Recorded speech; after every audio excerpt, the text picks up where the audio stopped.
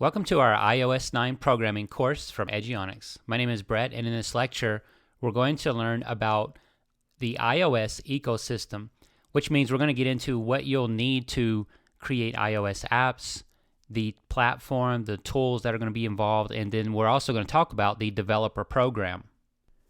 So one of the main components is going to be a Mac, so a desktop computer, because you can't use an iOS device to create iOS apps because you're going to need Xcode, which only runs on a Mac desktop or laptop, so only on OS X operating system. It doesn't run on iOS, on the iOS operating system, which is what the devices use, the iPhone, the iPad, iPod Touch. Then next is going to be Xcode. This is basically the development environment for creating iOS apps. It's an all-in-one environment, meaning basically a full stack. You have your development environment, your debugging. There's also a simulator that comes with it. It's pretty much everything you need. The programming language is there. There's nothing else that you would need to install, so that's why I call it a full stack environment. If you're familiar with .NET and maybe C#, then you know that Visual Studio kind of provides that for you, where you have this full stack of development environment, debugging, installation. Pretty much everything you need is right there in Visual Studio. So it's the same with Xcode. Then there's the iOS device that you probably will want to have if you're going to push apps out onto the App Store, because there's some bugs and behaviors that only manifest on an iOS device. And then there's the Apple Developer Program, which you will need if you're going to distribute applications through the App Store. That's kind of the only way to distribute them and get paid for them. You can do ad hoc distribution where you send to your testers and to other people that might be interested in trying out the application or previewing it. Maybe a client wants to preview it ahead of time before it's ever released from the App Store. But for the most part, you're going to go through the App Store to distribute. And if you want the wider audience, definitely you'll want to go through the App Store. So do you really need a Mac? Yes, you do. That's the only way to work in Xcode, which is really the only option for developing iOS applications. Now, there are some alternatives out there. There are online environments, for example, created that you can go log into and develop Mac or iOS applications. The problem is that they're limited. The support is limited, the functionality. So you don't get the rich environment that you do with Xcode.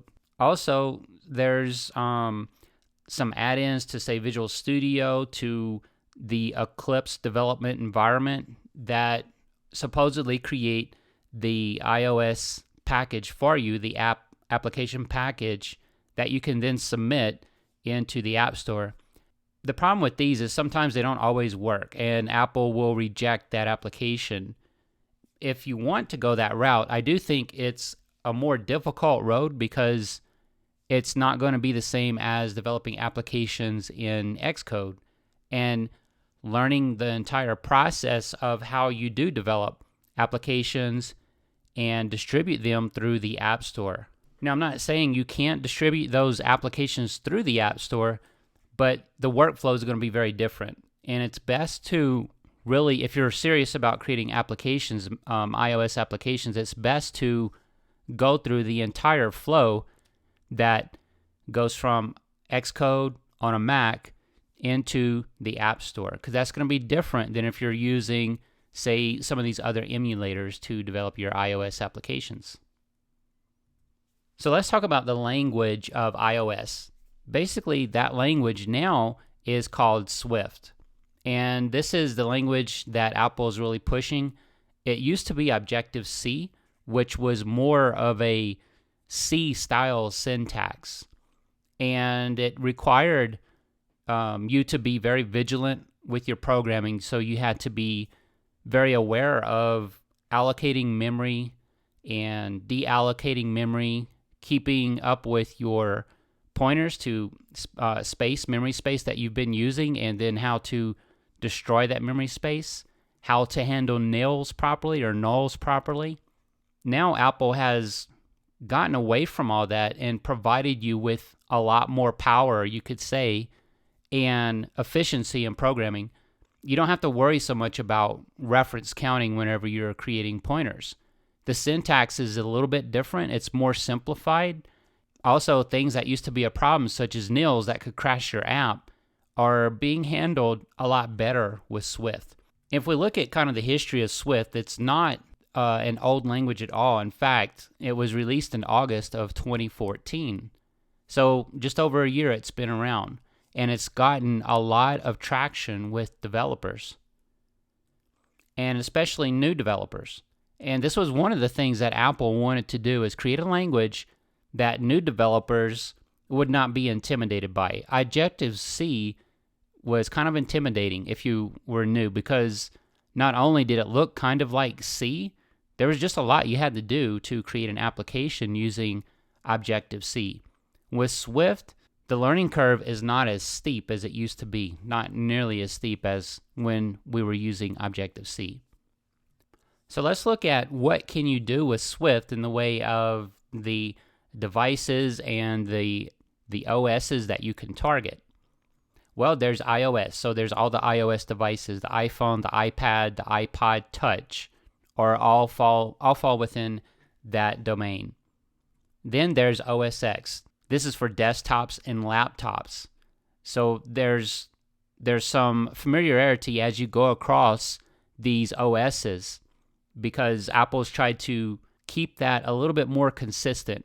Some things are going to be different. So maybe the way you display tables, there's different functions, different properties on them, a different look. How you load them with data might be a little bit different, but not drastically different.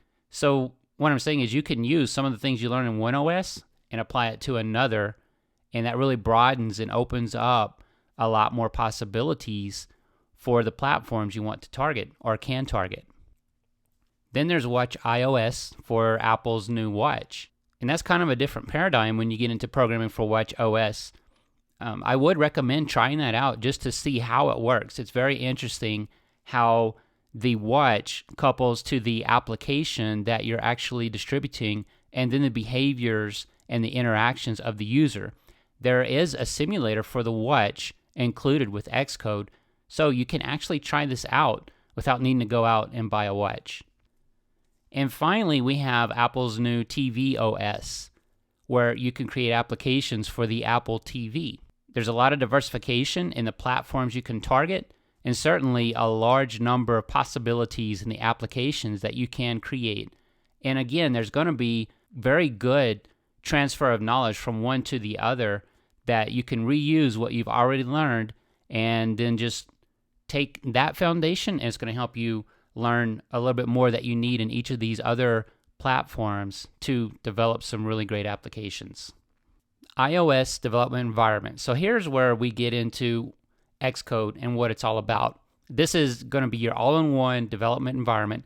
It is free, and you can download it from the App Store. Now, Xcode has a few pieces. Interface Builder is one. This is where you create the UI for your application, so the user interface. You'll create the different scenes or the views that actually display in the application. You can handle how you transition from one view to another, the different components that you see on those views, and then, of course, the code that works behind it. This is where you're actually developing in Swift and loading data into these views, capturing user input from those views, animations, whatever it might be. And then we have the iOS simulator. There's actually the watch simulator as well. That comes with Xcode. This is where you can run an iOS device simulator on your desktop. So again, it kind of goes back to Xcode being an all-in-one, including everything you need right there inside of one development environment. Now, do you really need an iOS device? Well, no. Especially in the beginning when you're just starting with Swift, you can use the simulator fine. So the simulator is actually going to simulate different iPhones. So there's the 5, the 5S, the 6, the 6 Plus, the 6S. All those, as they come out, are introduced into the simulator, and you can go back to, for example, the iPhone 4 if you want, and target different OSs, even different versions of the iOS. Now, when you get into distributing your app through the App Store and it goes out onto a real device, it's going to depend on the complexity of your app if you want to go out and purchase a device. So if you're not using an iOS device, and you might be wondering, is it really worth it for me to go out and buy one just for testing? If that, again, goes back to how complex is your application. If it's just a very simple application and doesn't exploit too many functions, chances are it will probably work fine on an iOS device, and what you see in the simulator is more than likely what you're going to see on the device. But as you get into other areas of the device, such as mapping, device location, shakes, different things like that that really start exploiting iOS, then you want to probably consider getting a device for testing, because what might happen is people will begin experiencing problems on the device that did not appear in the simulator. So that's where the difference is going to come in. Now we're going to talk a little bit about the Apple Developer Program. And this is something that you can join for free, or once you get ready to start distributing your applications, you'll want to then pay, because you'll need to have a membership, and that's an annual membership. That costs $99 per year and allows you to distribute your applications in the App Store. You can look at the different membership levels by going to this URL here, developer.apple.com/support/compare memberships. And we're actually going to go out and take a look at this web page so you can get an idea of what you get when you pay for it versus the free version. So here's the Apple Developer Program website, and right now I am at developer.apple.com, and you can click here, Program, and that will bring you into this area where you can read about what you get with the programs. And if I go to the bottom, it's going to have a comparison. So what's included, find out about program membership details, or right here, compare memberships. So if I click that, here's where they give you a little information to help you choose. Now, more than likely, if you're just a solo developer, one-person company, you would want the individual program. You can see here it's $99 per year, and then you can click and learn more about it. Then there's programs for organizations, there's enterprise, there's educational as well. So here's kind of a breakdown of what you get depending on the program that you are in. So sign in with Apple ID. When you get an iOS device, you have to create an Apple ID. And this right here is basically the free version. This is what you can use after you have your Apple ID. So you can download Xcode. You can get beta versions of Xcode. You have access to the developer forums. You can even test it on a device.